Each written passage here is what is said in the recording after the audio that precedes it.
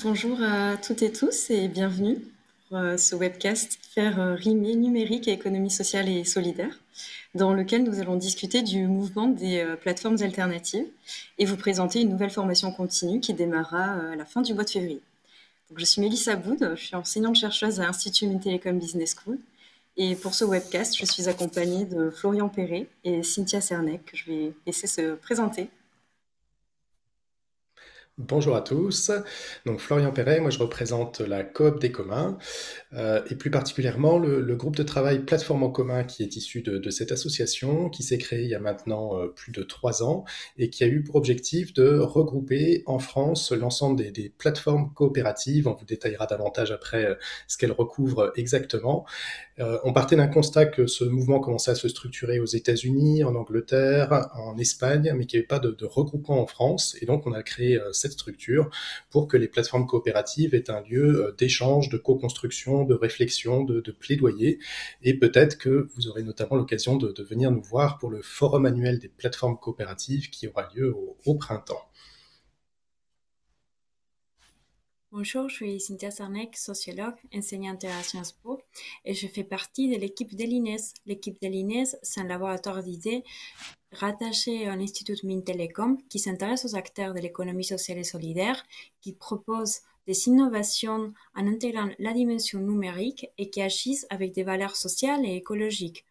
Nos recherches se développent sous une perspective plurielle en collaboration avec les acteurs. L'année passée, par exemple, nous avons développé les projets Alter et nous avons étudié les enjeux de la protection sociale des travailleurs des plateformes numériques. Cette équipe aussi collabore avec la COP des communs. Donc, Institut Mintelecom Business School, c'est une école de commerce publique qui est rattachée, comme son nom l'indique, au groupe d'écoles d'ingénieurs des mines et des télécoms. Et notre école, elle se distingue un petit peu dans le paysage de la formation en management par sa forte politique d'inclusion sociale et son engagement en matière de développement durable. Je vais vous présenter un petit peu ce qui nous attend pour l'heure à venir avec la slide suivante. Donc, nous allons avoir 4 temps. Un premier temps de retour sur l'émergence des plateformes coopératives, un tour d'horizon ensuite de ces plateformes en France et à l'international. Et nous vous présenterons ensuite donc, la formation qui s'intitule Innover responsable. Et pour terminer par un temps d'échange. Donc, je vous invite dès à présent à poster vos questions au fur et à mesure sur le chat. Elles seront récoltées par nos collègues et nous pourrons y répondre à la fin. C'est la parole à Florian pour la suite. Merci Mélissa. Alors, en quelques mots, pourquoi des plateformes coopératives et pourquoi, quels que soient vos profils, est-ce qu'on a vu que vous étiez soit étudiant, soit acteur de l'ESS, peut-être même des porteurs de projets et que vous avez envie de créer votre plateforme coopérative demain, pourquoi c'est intéressant de s'intéresser à ce sujet et quelles questions finalement nous posent ces nouvelles plateformes innovantes. On a eu 3 temps finalement. Le début de l'économie collaborative a commencé il y a une dizaine d'années en France et à l'international. Et on a eu vraiment un premier temps où on était sur des formes d'espoir. On avait cette économie collaborative qui créait des nouvelles façons de produire, d'échanger et qui utilisait le numérique comme moyen finalement de l'innovation sociale. Et on peut prendre le support qui est juste après.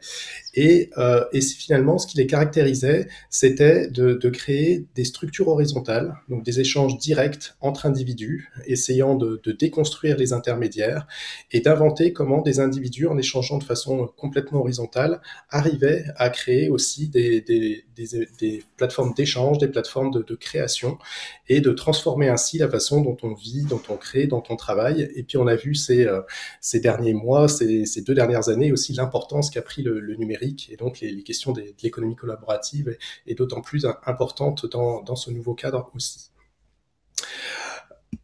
Au-delà de cette désintermédiation, ce qui ressort de ces débuts de l'économie collaborative, c'était aussi cette idée d'aller au-delà de l'économie et d'être aussi créateurs de liens sociaux et de baser beaucoup leur modèle sur l'échange interpersonnel et la mobilisation de chaque individu. On retrouvait beaucoup de préoccupations environnementales autour de la relocalisation de l'économie. Vous verrez tout à l'heure que les activités de l'économie collaborative et donc des plateformes collaboratives qui sont arrivées après sont extrêmement diverses, mais pour un certain nombre d'entre elles, il s'agissait aussi de reconnecter des citoyens au sein d'un même territoire. Il y avait en parallèle toute une réflexion sur l'amélioration du cycle de vie des produits. Comment est-ce que je ne consomme pas une seule fois un produit et il est ensuite jeté, mais comment ensuite il continue, il a une deuxième vie, une troisième vie, et il y a une vraie circulation tant qu'il est en capacité d'être réutilisé. Et puis, c'est cette économie collaborative et les plateformes collaboratives ensuite, elles inventent des relations qui peuvent être soit marchandes, soit non marchandes. Donc, elles arrivent aussi avec toute cette diversité. Et globalement, on retrouve dès ses débuts des grandes convergences avec l'ESS, parfois des convergences qui sont identifiées par des acteurs qui avaient fait le lien, mais très majoritairement, pas plutôt des convergences qui sont de pratique, mais pas des convergences qui vont se faire immédiatement en identifiant qu'il y avait déjà des acteurs qui s'étaient posés un certain nombre de questions avec eux. Ensuite, on a eu un deuxième temps autour de cette économie collaborative, et donc ça va être sur la slide suivante, où le secteur s'est structuré et où un certain nombre d'acteurs plus capitalistiques ont pris des positions qui peuvent être dominantes sur un certain nombre de secteurs. Vous en voyez ici 3 illustrations. Vous avez à gauche un mouvement à Barcelone des habitants qui voient leur loyer augmenter face à l'augmentation le meublé touristique qui se développe dans cette ville et notamment dans le centre-ville. Vous voyez au centre une grève de livreurs à vélo parce que la plateforme pour laquelle ils travaillent a changé leur mode de rémunération et met en difficulté leur propre modèle économique et les revenus dont ils peuvent disposer. Et puis à droite, les taxis qui se mobilisent contre l'émergence et le développement de plateformes de VTC qui changent complètement le modèle économique de leurs activités économiques. Donc vraiment ce deuxième temps où finalement des acteurs se sont très fortement consolidés, plutôt capitalistiques, et c'est suite à ça que les plateformes collaboratives vont se développer avec des statuts coopératifs. Je reviens dessus juste après, mais avant je passe la parole à Mélissa qui va nous dire un peu plus ce qu'est une plateforme. Oui, donc pour mieux comprendre ce que Florian vient de vous présenter, donc toutes ces tensions qui entourent l'économie collaborative, je vous propose de revenir un petit peu sur le mode de fonctionnement de ces plateformes numériques sur lesquelles repose cette économie collaborative. Donc, tout d'abord, s'il fallait donner une définition un peu concise des plateformes numériques, on pourrait dire qu'il s'agit d'architectures programmables qui sont conçues pour organiser les interactions entre différents utilisateurs. On peut se dire qu'elles sont alimentées par des données, ce qui soulève déjà une première question sur le stockage de ces données, sur leur utilisation, mais aussi sur leur propriété. Bien trop souvent, en fait, c'est l'opacité qui règne autour de toutes ces questions et qui, parmi nous, par exemple, sait précisément comment sont utilisées ces données de géolocalisation collectées, par exemple, par son application de randonnée préférée, de cinéma ou autre. On peut se demander si nos données, elles pourraient servir à l'amélioration des services publics de transport, par exemple, ou à l'accroissement des ventes de telle entreprise de vêtements ou telle autre de restauration rapide. Ensuite, ces plateformes, elles sont automatisées. Elles sont organisées via des algorithmes et elles sont présentées à nous via des interfaces. Donc ça, c'est ce qui s'affiche sur notre écran de téléphone. Et ici encore, de nombreuses questions dérangent. Dans quelle mesure suis-je maître ou maîtresse de mes choix? Dans quelle mesure les informations auxquelles j'ai accès m'ouvrent ou m'enferment dans une bulle informationnelle?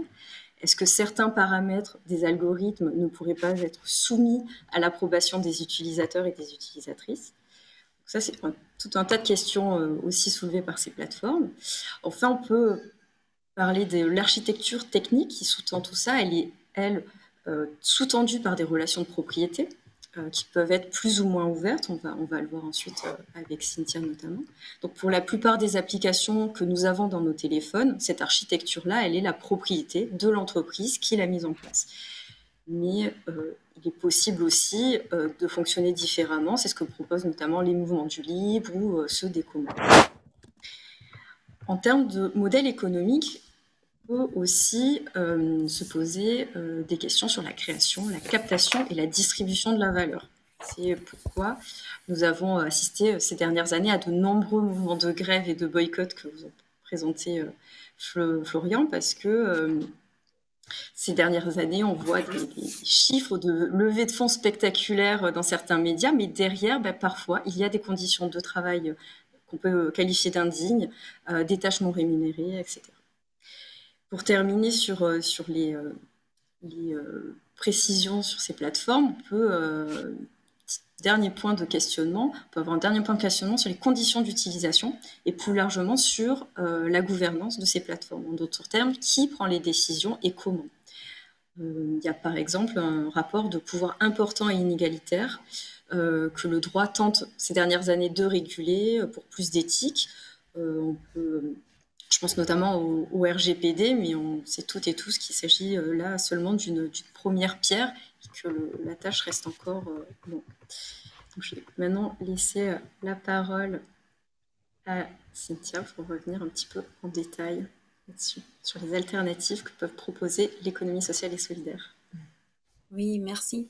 Parce que si on va parler des plateformes coopératives, il faut parler un peu de l'origine. L'économie sociale et solidaire, depuis déjà quelques années, quelques décennies, et même ça dépend du pays, on peut parler des siècles, vise à améliorer les conditions de vie et de travail des personnes tout en respectant la nature et sous une organisation démocratique. Elle représente actuellement 10% du PIB national. L'économie sociale et solidaire, elle produit des biens et des services, mutualise des ressources et crée aussi des communs. Il existe une pluralité d'organisations qui peuvent être aussi reliées à cette nouvelle plateforme numérique, donc on va vous en parler un peu plus. Et il faut compter les associations, les coopératives, les mutuelles, les fondations, ainsi que les entreprises sociales. Ces divers statuts définissent leur propre gouvernance démocratique et participative. Le modèle coopératif de l'économie sociale et solidaire impulse l'innovation sociale et technique dans tout type d'activité dans le monde, y compris le numérique. Et voilà, on est dans cette discussion et cette présentation. J'invite à Florian s'il peut nous apprendre un peu plus sur le numérique au milieu de l'économie sociale et solidaire. Alors tout à fait, donc l'ESS a effectivement son histoire riche de 200 ans de pratiques, d'évolution et de ses différents statuts. Ce qui est intéressant dans le mouvement des plateformes coopératives, c'est que ce sont des acteurs, alors souvent jeunes, mais qui se sont appropriés très tôt et qui sont nés dans le numérique et qui se sont appropriés et qui ont recherché des voies proches de l'ESS pour utiliser cet outil et mobiliser de l'innovation sociale. Vous voyez ici les différentes bulles d'inspiration finalement des plateformes coopératives, donc l'économie collaborative dont je parlais tout à l'heure avec cette recherche d'horizontalité, de mise en relation directe d'individus pour créer, pour produire. Le mouvement coopératif, et quand on dit plateforme coopérative, on l'utilise de façon assez générique. La majorité des plateformes coopératives en France sont sous statut coopératif, mais on a aussi des structures qui sont en statut associatif, voire qui utilisent des statuts hybrides. L'ESS du numérique, elle s'appuie aussi fortement sur le mouvement du logiciel libre et les mouvements open source, et comment dans ces mouvements, on a inventé des nouvelles pratiques de fonctionnement en ligne pour produire ensemble des nouvelles modes de fonctionnement juridiques pour protéger ce que l'on produit. Et puis plus spécifiquement en France, on a un lien qui s'est fait sur le mouvement des communs et comment est-ce que je produis pour ma communauté, mais aussi comment je produis plus globalement et comment je protège et je régule ce que je produis et le lien entre la ressource et la communauté. Et donc on a aussi ce mouvement un peu plus spécifique pour la France. Sur la diapo suivante, vous verrez que en France, très rapidement, on a eu besoin de se dire qui est plateforme coopérative et qui ne l'est pas. Et donc pour faire ça, on a eu besoin d'inventer une charte, donc qui est la charte de plateforme en commun, qui s'est regroupée sur 5 points. Et je vais laisser Cynthia détailler comment les plateformes coopératives mobilisent ces 5 items qu'on a jugés les plus importants pour définir les plateformes coopératives en France. Bon, merci. Et du coup, cette charte sert aussi une caractérisation et à guider aussi l'émergence de nouvelles organisations. La gouvernance inclusive, ça fait partie d'un des grands cœurs de l'économie sociale et solidaire. De nombreuses plateformes, par exemple, ont opté pour le statut des SIC. Les SIC sont une société coopérative d'intérêt collectif qui associe un plus grand nombre de personnes physiques ou morales qui votent et décident de manière collective sur les stratégies du projet. Par exemple, on peut citer les cas des Mobicop, qui inclut les utilisateurs qui partagent, par exemple, des trajets en voiture, les membres de diverses communautés locales, des coopératives et organisations publiques comme les collectivités territoriales dans les gouvernances démocratiques. Et on a aussi les principes du partage de la valeur. Par exemple, Copcycle est une association qui développe une plateforme de livraison à vélo au service des livreurs. Donc, elle met en œuvre une répartition de la valeur plus favorable au territoire, aux producteurs et aussi aux travailleurs. On va mentionner aussi l'importance du principe de l'éthique des données. Par exemple, les plateformes sont transparentes sur l'utilisation des données individuelles. La plateforme Les Oiseaux des Passages, par exemple, est un écosystème des partenaires issus du tourisme et de la culture. Et sa plateforme ne collecte que les minimums d'informations à caractère personnel en appliquant une politique de frugalité des données. Donc, ça ne fait pas partie, leurs données, de leur business model. Les principes de production des communs. Je vais mentionner les cas de la coopérative CopCircuit, qui permet la création des boutiques en ligne adaptées à tout type d'organisateurs ou producteurs d'un circuit court. Cette plateforme est déployée en France, mais à partir d'un logiciel libre qui se développe comme un commun à l'échelle internationale par les réseaux Open Food Network, où des militants, des producteurs contribuent de manière des fois bénévole et qui peuvent avoir une rémunération équitable et aussi définie de manière démocratique parce que tout le monde vote comment ils vont aussi rémunérer les contributions des gens à ces communs. Le dernier principe, c'est la coopération entre les plateformes coopératives. Les réseaux des plateformes en commun est inspiré d'un esprit de décentralisation, promeut la création d'un commun, les partages des ressources et des connaissances et la interopérabilité afin de faciliter l'émergence de nouveaux projets. Par exemple, entre les plateformes de mobilité qui sont associées à ces réseaux, on a Movicop et CopGo qui essayent de contribuer pour une mobilité solidaire et inclusive dans toute la France. Alors, quel lien avec les niveaux internationaux? Donc, on peut passer à la prochaine slide parce que, alors, les réseaux plateformes en commun qui a émergé au sein de la COP des communs en 2017, il s'est approché tout de suite du mouvement mondial du coopérativisme des plateformes. Alors, ces mouvements internationaux manifestent son désaccord avec les principes des plateformes dominantes et du modèle de l'ubérisation. Il s'est structuré autour des travaux des chercheurs qui travaillent aux États-Unis, Trevor Shores et Nathan Schneider. Leurs travaux ont donné lieu à cette création d'un réseau international en 2016 qui s'appelle Plateforme Coopérativisme Consortium, qui rassemble des plateformes coopératives, aussi des syndicats des travailleurs, des chercheurs et des acteurs de l'économie sociale et solidaire des 5 continents, et organise des conférences régulièrement. Il y a aussi une vocation pédagogique et de diffusion des alternatives éthiques et solidaires. Suite à la crise sanitaire de 2020 pour la maladie de la Covid, ce consortium international a souhaité promouvoir ce type d'alternatives dans le monde. Et il a créé un cours en ligne lancé au début de l'été de 2020 qui s'est appelé Platform Cop Now. Donc, l'équipe des chercheurs du laboratoire des idées de l'INES, nous et la COP des communs, donc on est tous présents ici, nous avons participé comme partenaires locaux en assurant un accompagnement des inscrits francophones. Nous avons constaté donc les souhaits et motivations divers des participants. Créer une plateforme éthique pour une activité culturelle ou lancer une plateforme au service des producteurs locaux, connaître les enjeux de l'économie collaborative, ainsi que changer de secteur et s'engager dans une activité respectueuse de l'environnement. Donc, cette expérience internationale nous a inspiré à créer cette formation professionnelle dont Bélissa va vous partager un peu plus de contenu et des détails. Oui, donc cette formation, nous avons choisi de l'intituler Innover responsable, car ce que tentent de faire les entrepreneurs de ces plateformes coopératives, c'est bien d'inventer de nouvelles organisations qui soient vertueuses à la fois pour l'humain et pour la planète. Donc je vais rentrer un petit peu dans les détails. Donc cette formation, avec la slide précédente, on voit qu'elle est portée par l'écosystème, même si on représente Institut Mines Télécom, Business School et plateforme en commun via la coop des communs. Derrière, il y a tout un écosystème. Est-ce qu'on peut passer à la slide suivante pour qu'on voit un petit peu les logos de tous nos partenaires? Merci. Donc, on est soutenu notamment par la ville de Paris, ce qui nous permet de rendre cette formation accessible au plus grand nombre. J'y reviendrai.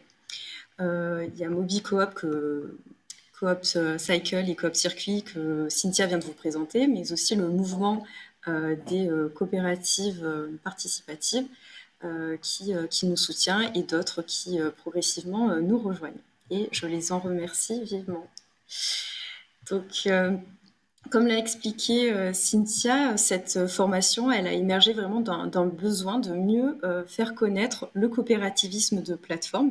On va vous projeter aussi maintenant la page web si certains d'entre vous ne l'ont pas encore consultée. Donc cette page web, elle vous présente justement les différents objectifs. Donc mieux comprendre le coopérativisme de plateforme, mais au-delà, mieux comprendre et mieux faire connaître l'économie sociale et solidaire, mais aussi le mouvement des communs. Elle permettra donc à celles et ceux qui souhaitent se lancer dans la création de plateformes coopératives de le faire avec le soutien et les conseils de plateformes plus matures. Elle s'adresse aussi à des personnes qui travailleraient dans des organisations, qu'elles soient publiques ou privées, qui souhaiteraient nouer des partenariats avec ces plateformes coopératives dans une logique de responsabilité. Ça peut être par exemple les achats responsables ou la diminution de la pollution liée au transport ou à la restauration de ses salariés. Donc il s'agit d'une formation en ligne qui est certifiante et qui s'organise en 2 modules de 64 heures chacun. Je vais revenir un petit peu dans la slide suivante sur chacun des 2 modules. Donc le premier module déjà qui va démarrer à la fin du mois de février, c'est un module de découverte de l'histoire et des enjeux et des spécificités de ces plateformes coopératives. Donc il va démarrer donc, fin février, comme je viens de vous le dire, et il se terminera fin mai 2022. Donc on va revenir en détail aussi sur les différents modèles économiques, les modèles de gouvernance.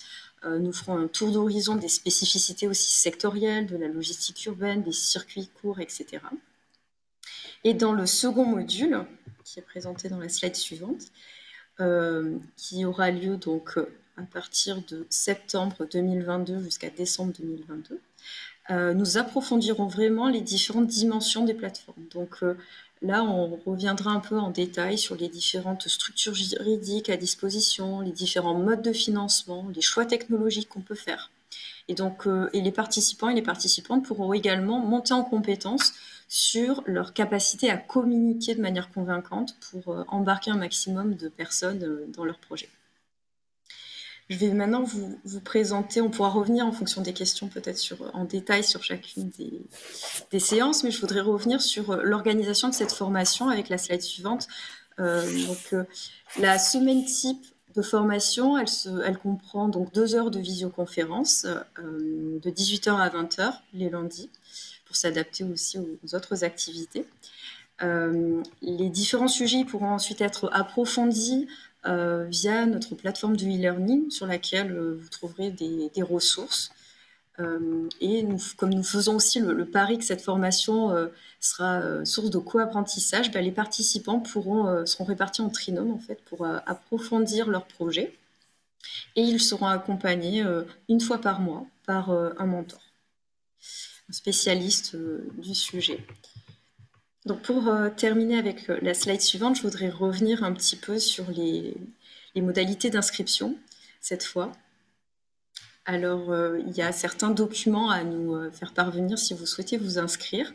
Une pièce d'identité, un CV, une lettre de motivation. Alors, pas forcément sous format de lettre, justement. On va vous laisser libre aussi de vous exprimer, de vous présenter votre projet comme bon vous semble. Donc, ça peut être du texte, de la vidéo, un enregistrement audio.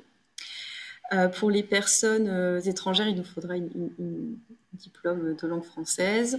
Et pour les personnes qui voudraient bénéficier du certificat, de la certification, il faudra nous montrer un diplôme de niveau Bac+. Donc toutes ces pièces sont à nous envoyer avant le 18 février. En matière de financement, il y a 3 façons d'accéder à notre formation. Donc, soit mode de financement personnel, et là, vous pouvez faire appel à votre compte personnel de formation. Soit ça peut être votre entreprise, votre employeur qui finance votre formation.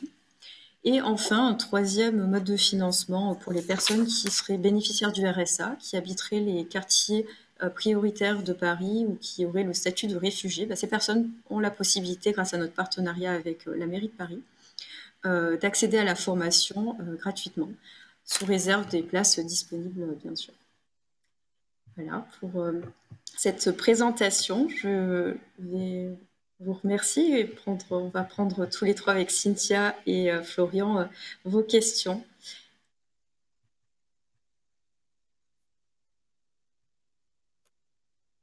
Alors, je vais prendre la première. Quelle régulation des plateformes numériques traditionnelles les acteurs des plateformes coopératives espèrent-ils?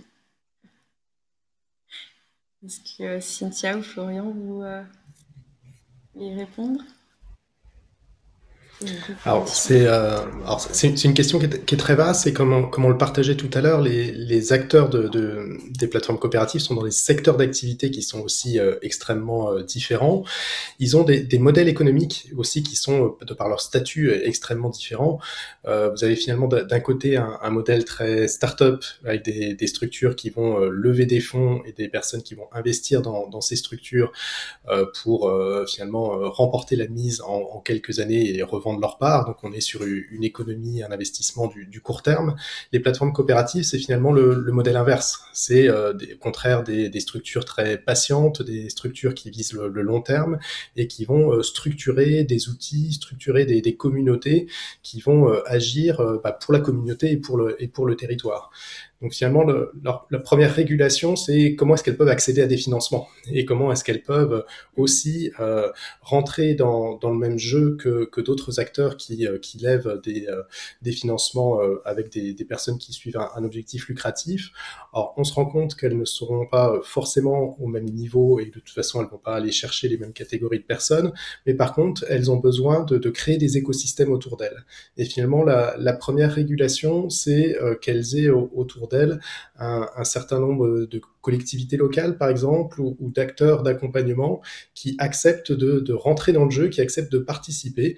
Et il y a un certain nombre de plateformes coopératives, ce sera détaillé dans la formation, vous en aurez les témoignages, qui vous expliqueront comment elles font rentrer une collectivité locale dans la plateforme coopérative et dans sa gouvernance, ce que permet de faire le statut de société coopérative d'intérêt collectif.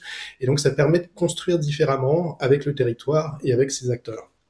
Donc, première régulation, elle est vraiment sur ce côté financement. Après, on a beaucoup pour certaines plateformes qui ont des travailleurs de plateforme, et vous avez dû voir qu'il y a eu un certain nombre de sujets, notamment sur les livreurs à vélo. Il y a toute une question sur la protection sociale de ces livreurs de plateforme. CoopCycle, par exemple, eux, ils favorisent le salariat de ces livreurs de plateforme, et donc l'accès à une protection sociale complète. À l'opposé, d'autres plateformes vont être sur de l'auto-entrepreneuriat, une protection qui est très faible. Donc, on voit qu'elles ne jouent pas avec les mêmes règles du jeu. Et donc, une des façons de les mettre sur un pied d'égalité, ce serait que ces livreurs de plateformes, ils soient systématiquement salariés pour qu'il n'y ait pas des différences de coûts entre des plateformes selon l'éthique qu'elles peuvent avoir. Alors, on pourrait tirer un exemple pour chaque domaine d'activité, parce que chaque domaine d'activité est aussi régulé, mais ça fait déjà 2 premiers exemples. Et après, c'est dans la formation, justement, les plateformes viennent intervenir et expliquer leurs problématiques plus spécifiques.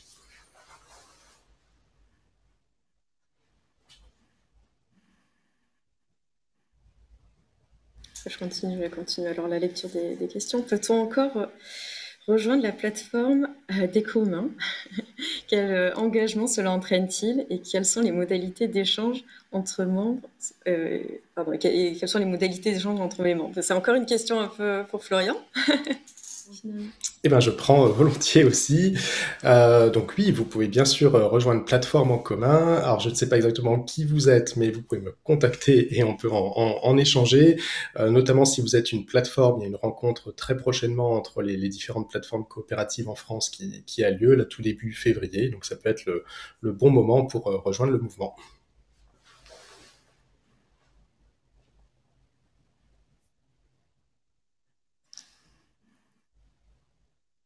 Alors, je suis gérant d'HBAC, qui est une scope d'ingénierie informatique. Nous aimerions bien apporter notre expertise technologique à des projets de plateformes coopératives. Comment pouvons-nous nous y prendre pour rencontrer des porteurs de projets? Rejoindre la formation, notamment, rejoindre plateforme en commun. En France, c'est vrai que ça permet d'identifier l'écosystème, en fait, qui est réuni. Je ne sais pas si vous voulez compléter aussi, peut-être aiguiller plus précisément, Florian. Oui, alors rejoindre la formation, oui, parce que il y a ce que vous pouvez apporter aux plateformes coopératives et effectivement il y a beaucoup de besoins techniques qu'elles doivent résoudre comme toute plateforme, y compris non coopérative. Et puis il y a aussi ce qu'elles peuvent vous apprendre, puisqu'elles ont quand même des fonctionnements qui sont assez spécifiques. Elles se posent un certain nombre de questions qui vont être aussi assez particuliers. Et, donc je pense à ce qui peut être intéressant, c'est que dans la formation, vous apportiez à la fois vos niveaux de réponse, mais aussi un niveau d'écoute, et puis que vous puissiez co-construire, notamment dans les mentorats qu'évoquait tout à l'heure Mélissa, et ça pourrait donner aussi un apport particulier à la formation. Et rejoindre plateforme en commun, même réponse que tout à l'heure, et peut-être notamment au forum qui aura lieu au printemps.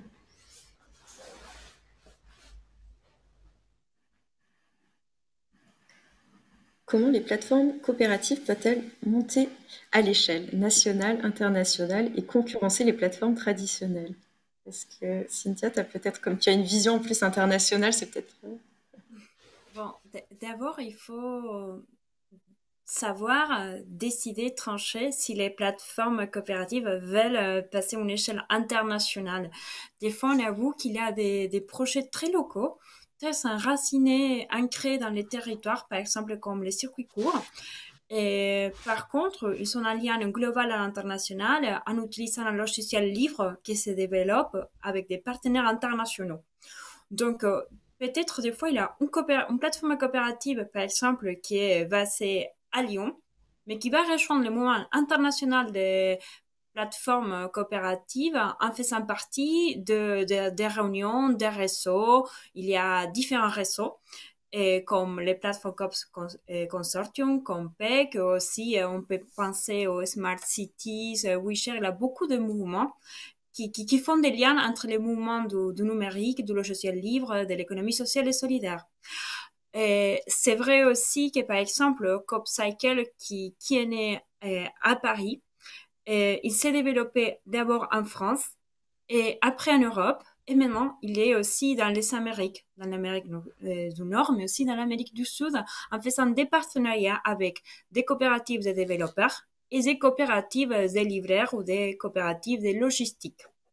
Donc, ça, c'est pas vraiment un modèle, c'était un parcours, c'est une expérience particulière qui peut inspirer des autres, mais c'est pas forcément un modèle qu'on va montrer pour que des autres l'imitent. Chaque coopérative qu'on a étudiée, chaque plateforme coopérative qu'on a étudiée avec différents groupes de recherche qui font partie des plateformes en commun, a une histoire unique et différente. Par exemple, les oiseaux des passages, c'est pas leur idée de monter en échelle, mais on va dire de diffuser qu'est-ce qui se passe dans différents territoires, dans les milieux du tourisme et aussi du patrimoine locaux, urbains ou ruraux. Et du coup, la plateforme sert comme une vitrine au monde pour créer des dialogues et des échanges que sinon, c'est vraiment difficile d'en avoir. Et donc, c'est l'idée aussi d'interconnecter des acteurs locaux avec des acteurs au niveau national, mais aussi à l'international. Je ne sais pas si je réponds à votre question, mais avec plaisir de vous en dire en plus. Et peut-être pour compléter, c'est vrai qu'il n'y a pas de montée à l'échelle au sens capitalistique, comme on peut avoir sur, parce que c'est une terminologie qui est finalement assez start-up. Par contre, il y a comment est-ce qu'il y a des nouvelles communautés qui peuvent s'emparer des outils et ainsi le logiciel et la plateforme se diffusent. Mais on est bien sur une diffusion qui va déjà être humaine. Et en fait, c'est des personnes à un moment donné qui vont rentrer dans un outil, qui vont rentrer dans une communauté qui est plus globale et créer leur communauté locale. Et c'est ainsi que le modèle va se diffuser, mais plutôt que monter à l'échelle. Il y avait une question sur la formation. À quel niveau d'avancement faut-il être dans son projet avant de rejoindre la formation? Alors, comme je vous le disais, il y a 2 modules dans cette formation. Le premier est vraiment très ouvert, c'est un module de découverte, vraiment de sensibilisation. Donc celui-ci, il est vraiment accessible même à des personnes qui viendraient par pure curiosité, j'ai envie de dire, pour se familiariser. Donc il n'y a pas besoin d'avoir un projet très précis, juste une curiosité. Par contre, le module 2, c'est vrai que là, on va rentrer vraiment dans les détails, donc il vaut mieux arriver avec un début d'idée assez construit. Alors, ça peut être une idée de plateforme coopérative, mais ça peut être aussi une idée de partenariat, parce qu'on a envie de développer, comme je vous le disais par exemple tout à l'heure, c'est des achats responsables dans son organisation. On a envie de nouer des partenariats autour de la mobilité, qui soient plus vertueuses, plus respectueuses de l'environnement, etc. Donc être intrapreneur dans sa propre organisation sans créer une plateforme, mais plutôt s'associer, donc découvrir l'écosystème des plateformes coopératives et avancer dans le projet. Voilà, j'espère avoir répondu à la question. Puis, faut pas hésiter à nous contacter pour ces détails un petit peu techniques. Oui, donc du coup, je voudrais dire que cette formation peut être utile aux sociétaires et aux membres, aux salariés des coopératives, des mutuelles, des associations qui veulent innover un peu dans le monde du numérique avec leurs propres outils ou avec des partenariats avec des plateformes coopératives qui existent ou des autres organisations qui sont déjà présentes dans le monde numérique digital. Et les différents modules du premier parcours, pour quelqu'un qui vient de l'économie sociale et solidaire, effectivement, qui peut être déjà salarié ou militant d'une structure d'économie sociale et solidaire, c'est aussi une façon de se poser des différentes questions. Vous avez vu qu'il y avait un module sur la gouvernance, il y a un module sur plus technique sur les outils, il y en a un autre sur le lien avec les collectivités publiques. Par exemple, sur la gouvernance, c'est se dire comment est-ce que ces structures qui sont toutes jeunes, qui sont nées dans le numérique, elles se sont appropriées nos principes historiques de l'ESS, nos modes de gouvernance de l'ESS, et comment elles sont allées les tirer peut-être plus loin en se disant on peut aussi utiliser le numérique pour faire des choses qu'on ne pouvait pas faire avant et on peut inventer d'autres formes de délibération collective en masse ou des formes plus fréquentes de prise d'avis ou de vote en utilisant des outils et les pratiques qui vont avec les outils. Parce que l'outil finalement c'est que le moyen, mais surtout elles ont inventé des règles de fonctionnement et chaque structure a énormément réfléchi sur ça veut dire quoi une règle de fonctionnement en masse et avec des délibérations assez fréquentes. Donc c'est très inspirant de ce côté-là.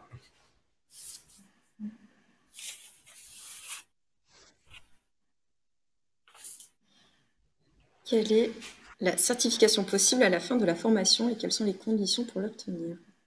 Bonne question aussi.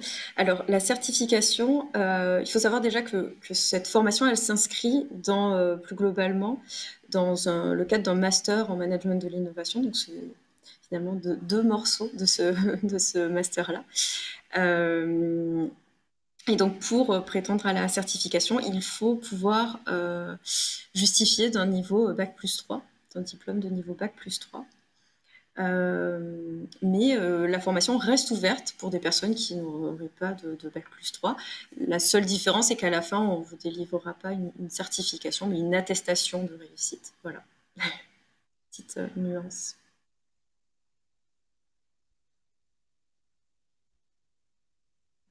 Comment se rémunère un porteur de projet avant création? Ça fait référence au commun. Comment est-ce qu'on rémunère le commun, la participation au commun? C'est vrai que c'est un vaste sujet. J'ai envie de dire comme tout entrepreneur, mais je laisserai peut-être Florian et Cynthia compléter.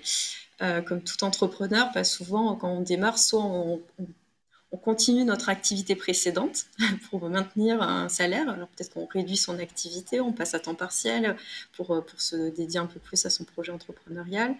Ensuite, peut-être que des personnes vont carrément lâcher leur emploi et bénéficier d'allocations chômage ou d'autres aides sociales à la création d'entreprises. Donc ça, j'ai envie de dire, c'est assez commun en fait à n'importe quelle démarche entrepreneuriale. Je ne sais pas si Florian et Cynthia, vous voulez compléter peut-être.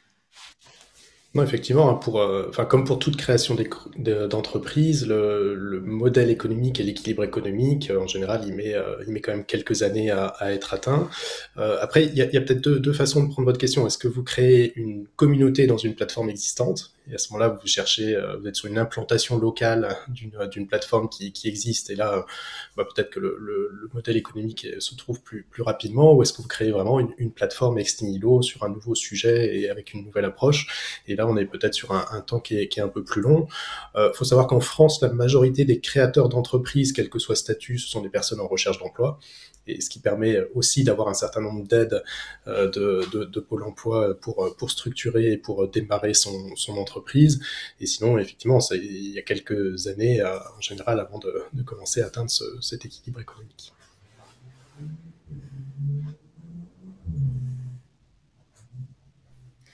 Quelles attentes des porteurs de projets de plateforme coop envers les chercheurs? Quel est votre positionnement? Alors, effectivement, on peut se demander, mais que viennent faire des chercheurs dans cet écosystème? Quelle est leur utilité? Parce qu'effectivement, il y a beaucoup de chercheurs qui gravitent autour des plateformes coopératives, voire même des personnes qui ont de double casquette. Et ça donne lieu à des réflexions assez en pointe. Alors, en parlant de ça, je pense aux oiseaux de passage, par exemple, qui mènent une réflexion très importante, très poussée, pour ne pas parler de nos propres travaux, vous montrer qu'il y a aussi une autre communauté bien plus vaste de chercheurs. Donc, ils mènent des réflexions, les oiseaux de passage, sur la place du numérique. Jusqu'où faut-il numériser certaines choses dans nos vies, en fait? Mais c'est une vraie question d'actualité. On est tous entourés H24 de technologies. Et finalement, donc dans revenir sur Oiseaux de passage, donc c'est une coopérative qui œuvre dans le secteur touristique.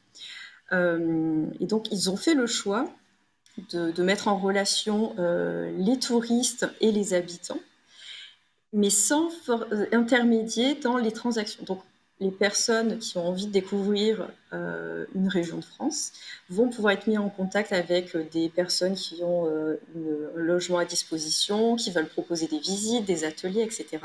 Par contre, la plateforme n'interfère pas dans la modalité d'échange. C'est-à-dire que si les personnes ont envie d'avoir un échange gratuit, elles peuvent choisir de mener un atelier, de proposer un atelier gratuit ou une visite gratuite, ou d'être payé, d'être rémunéré. La plateforme se limite son implication dans l'échange ici, et donc limite aussi la place du numérique.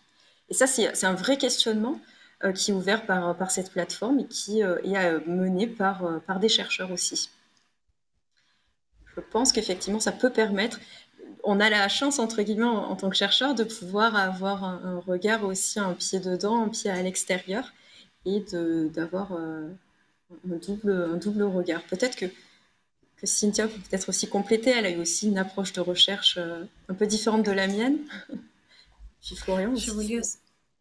Je voulais aussi apporter que les forums des plateformes coopératives organisés par la COP des communs, c'est vraiment l'endroit des dialogues par référence qui s'est créé en France depuis, déjà on a fait 2 forums, si je me trompe pas, et où les chercheurs peuvent présenter un grand public rempli de coopérateurs, de développeurs, de gens intéressés, où on débat, par exemple, quelles sont les caractéristiques, quels sont les trucs aussi les plus innovateurs, et quelle peut être aussi la résilience des territoires avec les numériques.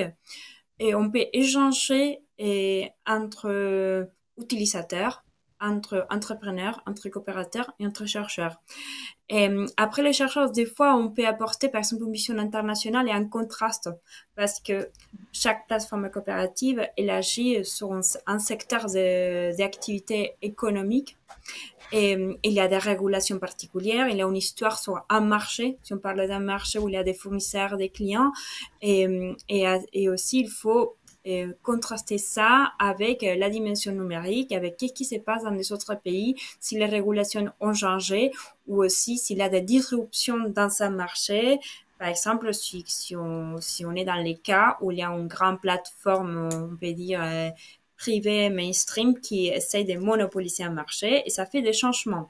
Donc, les chercheurs, on est aussi là pour noter et renseigner les changements et voir qu'est-ce qui émerge comme projet de communauté et qui peuvent devenir aussi, on va dire, une sortie, une innovation à vocation collective. Et peut-être aussi, si on prend le point de vue d'une plateforme, pourquoi c'est intéressant d'être en interaction avec les chercheurs.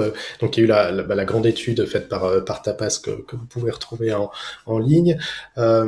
Finalement, quand on est créateur de plateforme ou quand on l'a créé il y a quelques années, mais ça reste des structures jeunes, on est comme tout créateur d'entreprise, on est pris par le court terme, par le quotidien et par tous les aspects de son entreprise à gérer, et on prend difficilement du recul, ou en tout cas on ne trouve pas le temps pour prendre ce recul. Je pense que dans ce que nous ont dit les plateformes et dans ce qu'elles ont apprécié quand elles ont côtoyé les chercheurs, c'est d'avoir quelqu'un qui les observe, qui analyse finalement comment elles fonctionnent, ce qu'elles inventent.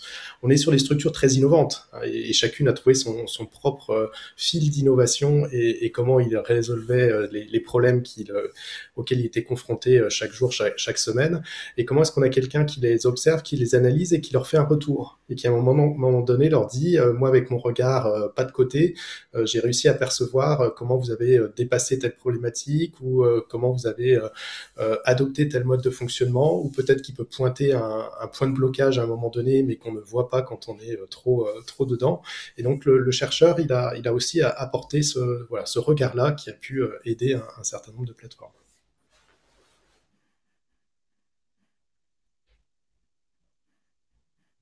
Alors, y a-t-il une anticipation sur la création et le maintien des liens entre les personnes et participantes pour favoriser l'émergence de clusters d'activités entre des projets au même niveau de compréhension et de développement?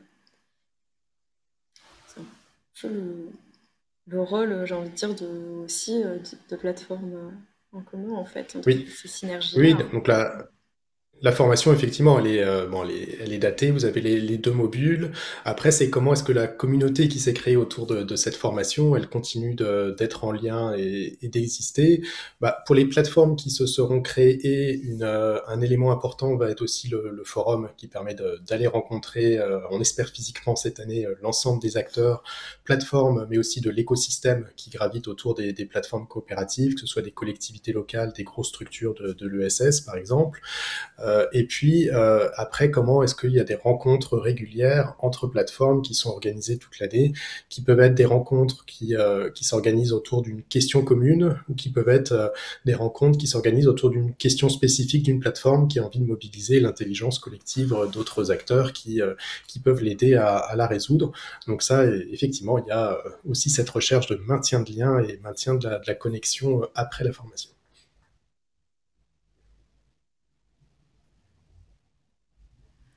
Quelles technologies et modèles économiques associés pour accompagner le changement d'échelle des plateformes coopératives? Ça rejoint ce que présentait Cynthia. Déjà, c'est pas forcément toujours une fin en soi de passer à l'échelle, comme on dit, de croître, dessiner. Je peux peut-être aussi proposer un regard par rapport à plus largement ce qu'on a identifié quand on étudie les innovations sociales, en fait, aussi. Il y a différentes façons de se développer. Je préfère utiliser le terme de développement, du coup, parce que ça ouvre à plus de possibilités que le passage à l'échelle. Désolée de tordre votre question, du coup, un petit peu. Mais il y a différentes façons. Donc, il y a des structures qui vont vouloir être très resserrées sur leur territoire et vont se développer. Leur façon de mesurer finalement leur développement, c'est de se dire combien de personnes sur mon territoire j'arrive à atteindre, ou développer le service sur un même territoire, la palette des services proposés par sa structure, par exemple. Ça peut être aussi une approche, une stratégie. Ensuite, on peut essayer d'essaimer. Alors, l'essaimage, c'est pas forcément un terme qui est beaucoup employé parce que on a une vision on prend ce qui a été fait sur un territoire et puis on le réplique comme ça, comme si on avait un souhait, on faisait des pâtés de sable sur la plage. Ça fonctionne pas comme ça parce que le sable, il est différent sur chaque plage. Donc en fait, il faut s'adapter avec ce qu'on a en local. Il faut partir vraiment des ressources, des personnes, des volontés aussi du territoire. Donc c'est pour ça que le développement, pour des structures qui se veulent dans une dynamique d'innovation sociale, ce que font la plupart des plateformes coopératives, il va être différent des structures classiques qui essaient justement de monter à l'échelle en disant on va croître en termes de faire grossir notre communauté d'utilisateurs, etc. C'est un peu plus complexe, il faut rentrer un petit peu plus finement dans les besoins parce qu'il y a une réponse aux besoins derrière, il faut impliquer. Il y a aussi, Cynthia l'a bien expliqué, le principe de gouvernance inclusive en fait derrière. Donc si on veut impliquer les personnes dans la gouvernance, il faut les embarquer dans l'histoire, il faut partir de là où ils sont pour les amener vers le projet. Donc ça se travaille et c'est ce qu'on va aussi essayer de montrer et d'échanger autour de tous ces enjeux-là avec des plateformes qui sont plus matures, qui sont passées par là. Et justement, on a la chance d'avoir toute une palette de partenaires autour de nous qui ont choisi des modèles très différents, en fait, qu'ils ont fait le choix, c'est qu'en marchant, ils construisent ces modèles-là puisque c'est très innovant. Et donc, il y a vraiment une vaste palette des possibles, et ce qui rend l'aventure aussi assez excitante. Au niveau de la technologie aussi, alors la technologie, c'est un choix de l'organisation. Elles peuvent choisir une technologie qui va se partager, par exemple en licence libre ou qui va être réciprocité. C'est une décision de chaque communauté qui peut aussi la relier au niveau international et au sein de plateformes en commun. Il y a des fois des discussions entre les plateformes sur quelle technologie aussi on peut partager, comment on peut créer des outils ensemble et mutualiser, par exemple, soit des briques de logiciels. Par exemple, je pense, il y a différents cas, mais il y a différents types de technologies qui sont en train de se développer, mais pour reprendre les cas des COP cycles, mais aussi des COP circuits, la question par exemple des moyens de paiement, il y a différentes technologies et quand on a un projet international, il faut penser à l'interopérabilité.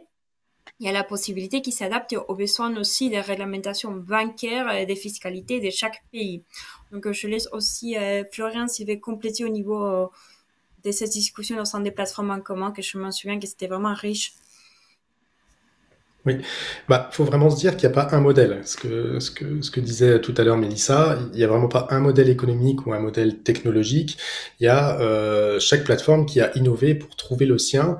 Ce qui veut dire que dans la formation, nous, ce qu'on vous propose, c'est de faire venir des acteurs qui ont cherché leur propre modèle, qui ont atterri sur un format spécifique, et que vous puissiez échanger directement avec eux et découvrir par quelle phase ils sont passés.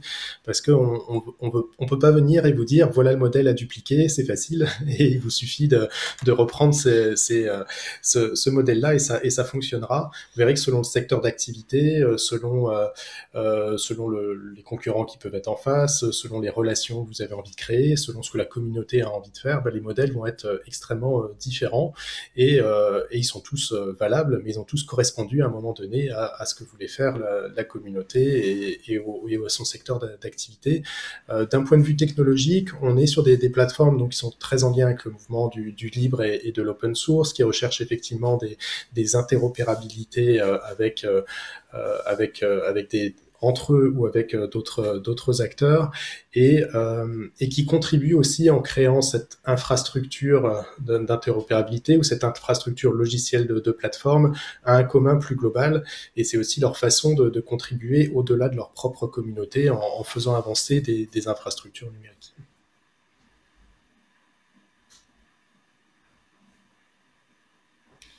Si l'on souhaite accompagner la création ou le développement de plateformes sans avoir un projet propre, est-il tout de même pertinent de suivre le module 2 ? Oui. Si, bien sûr, en fait, comme je le disais, il n'y a pas forcément besoin d'avoir soi-même un projet de création. On peut avoir envie d'approfondir la connaissance du sujet pour nouer des partenariats, pour approfondir une des facettes. Peut-être que c'est justement la dimension technologique que vous avez envie de créer, mais comme elle ne se comprend pas en dehors des autres sujets, de la gouvernance par exemple, des modèles économiques, vous pourrez avoir une compréhension large et approfondir aussi, notamment à travers les sessions de mentorat, le sujet qui vous tient à cœur aussi.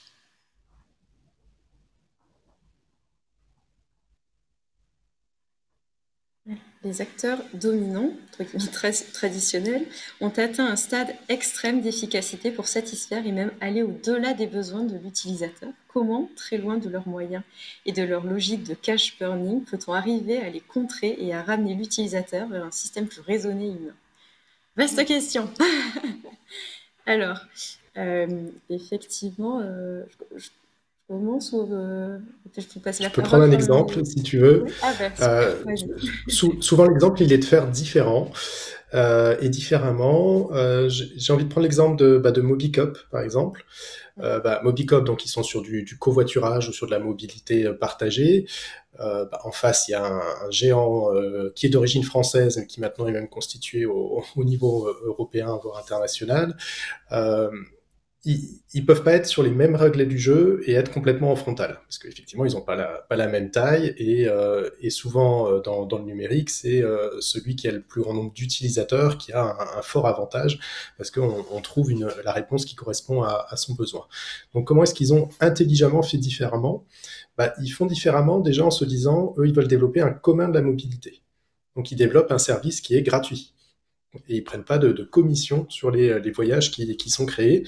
Et donc, ils défendent vraiment un objectif social qui est comment est-ce qu'on lutte contre l'autosolisme et comment est-ce que demain, il y a moins de dégâts environnementaux, comment est-ce qu'il y a moins d'émissions de CO2 en partageant davantage les véhicules. Et donc, ils partent vraiment du fond. Et ensuite, ils se disent, on va travailler avec les collectivités locales. Les collectivités locales, elles ont une compétence transport, qu'on soit conseil régional, qu'on soit une agglo ou une commune.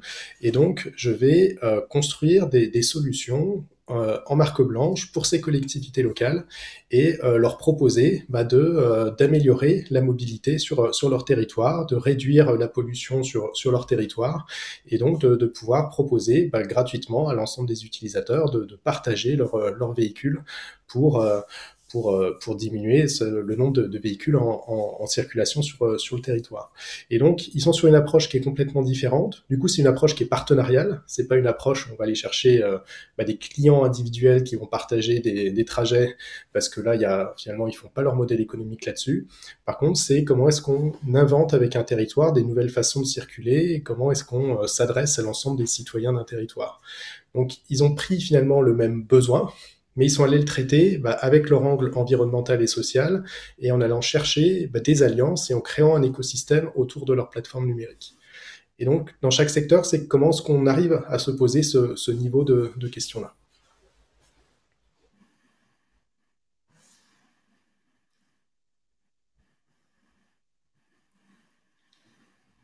Quelles coordonnées pour nous contacter ?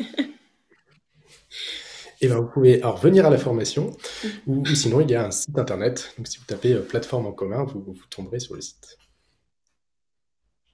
Et aussi plateformecop.fr. Tout à fait.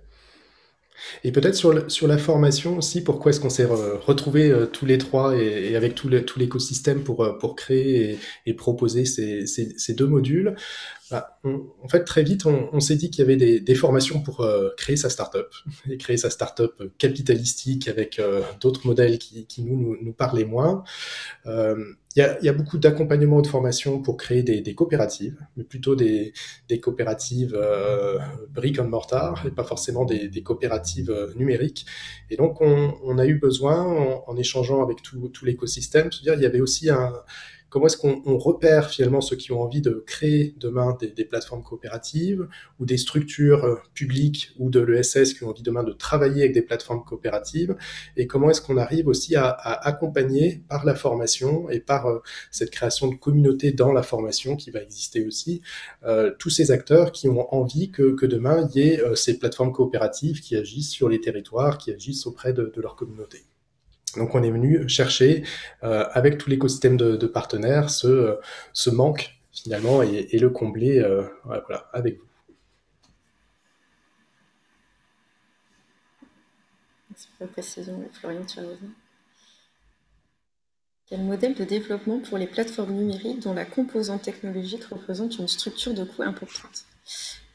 Vous avez des modèles, on parlait tout à l'heure de coop circuit. Oui, pardon, tu veux peut-être un autre exemple? Du coup, un autre exemple. Alors, encore une fois, il n'y a pas un modèle de développement, il y a vraiment des modèles innovants qui sont inventés par chacune des plateformes. Une régularité que nous ont repéré les chercheurs, c'est des coopératives à double niveau. Parce qu'effectivement, il y a un coût d'investissement, un coût d'infrastructure qui est extrêmement important au départ pour créer sa plateforme coopérative. Et donc, ce qu'ont inventé plusieurs plateformes, c'est une structure locale, coopérative ou associative, qui va s'affilier à une coopérative nationale. Donc c'est le cas de Coop Cycle, c'est le cas qu'on retrouve dans Coop Circuit aussi. Et finalement, la coopérative nationale va permettre de mutualiser les gros investissements. Donc en général, c'est toute la technologie, c'est toute l'infrastructure et c'est la marque. Et les coopératives locales, elles vont être le lieu de gouvernance en proximité, le lieu qui va aller créer le lien avec l'ensemble de l'écosystème en local et qui va porter l'activité économique en tant que telle. Et donc le modèle économique innovant qui a été trouvé par plusieurs plateformes, c'est d'inventer ces deux niveaux et qui correspond complètement au milieu ESS en ayant une double gouvernance démocratique.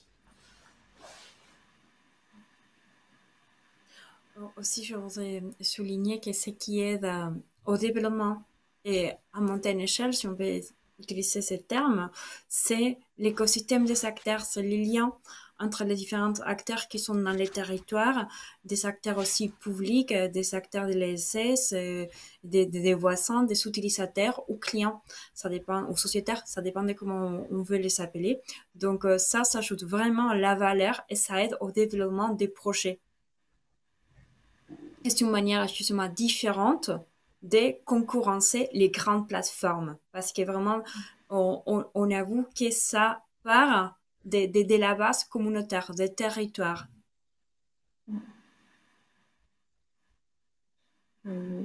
Question par rapport à la formation. Combien prévoyez-vous de participants? Une dizaine de participants par module, c'est à peu près ce qu'on aimerait atteindre pour pouvoir justement constituer des trinômes. L'idée, c'est aussi de pouvoir intégrer les participants et les participantes à l'écosystème progressivement aussi. Et peut-être une chose qu'on n'a pas précisé, c'est qu'il n'est pas forcément nécessaire d'avoir suivi le module 1 pour s'inscrire au module 2. On peut très bien rejoindre le module 2 et on mettra à disposition le contenu du module 1. Voilà, je pense pas trop avoir oublié d'éléments au sujet de l'inscription. Puis potentiellement, on aurait des nombres de participants différents du module 1 au module 2. Comme on disait tout à l'heure, hein, le module 1, il s'applique à des types de publics qui sont beaucoup plus larges. Parce qu'il y a effectivement les porteurs de projets qui vont se retrouver sur les deux niveaux, ou les personnes qui veulent accompagner des projets pour leur territoire ou pour leur organisation qui ne serait pas une plateforme. Mais sur le 1, on peut s'adresser à un public qui a envie de s'acculturer, de connaître les enjeux, d'échanger en direct avec ces plateformes coopératives qui posent un certain nombre de questions aux collectivités locales, aux structures de l'ESS, et finalement vous repartirez avec ces échanges, avec ces connaissances et une meilleure compréhension des modes de fonctionnement qui s'inventent au sein de ces plateformes coopératives. Oui, donc n'hésitez pas à nous contacter si jamais vous pensez et si vous pouvez vous inscrire directement dans le module 2 ou si vous êtes seulement intéressé par le module 1. Donc ça peut aussi faire partie de nos échanges, donc n'hésitez pas. Eh ben, merci Pauline, merci aussi à tous ceux qu'on voit pas et qui nous ont aidés à organiser ce webcast. On reste disponible pour répondre à vos questions par mail. Merci à toutes et tous. Bonne soirée. Merci Merci à beaucoup. tous. Au revoir.